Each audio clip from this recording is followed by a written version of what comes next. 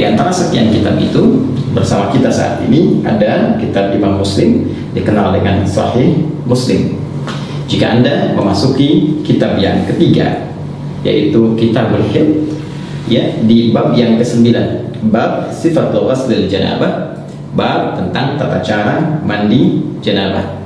Anda akan temukan di sini di nomor hadis 316, 317, ya, dan selanjutnya bagaimana Sayyidah Aisyah radhiyallahu taala anha memberikan contoh gambaran seperti yang disaksikan dari perbuatan Nabi sallallahu alaihi wasallam, yang dengan itu memberi petunjuk pada kita bagaimana cara mengerjakan mandi janabah dimaksud. Saya bacakan sejenak, kemudian kita akan praktekkan langsung, ya, dari lokasi kamar mandi tertentu supaya lebih paham apa yang akan coba kita lakukan. Saya akan bacakan satu hadis dulu, ya, ke rawi terakhirnya saja.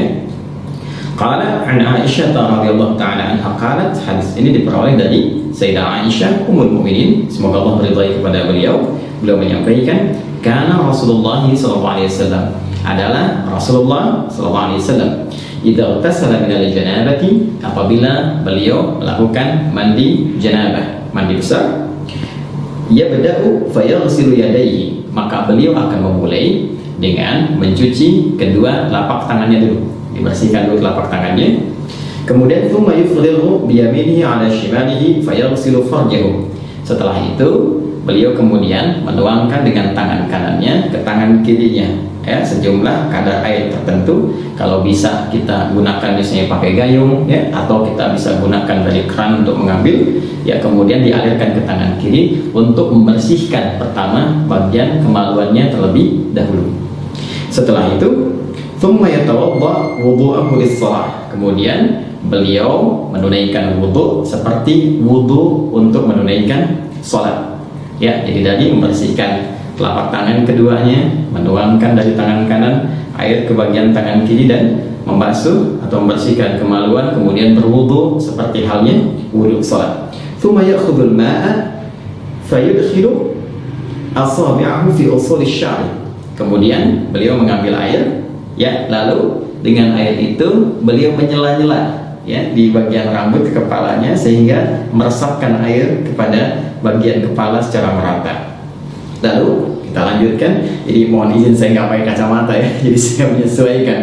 Bismillah. Kemudian hatta idza ra'a an qad istabra'a hafana 'ala ra'si thalatha hafanat.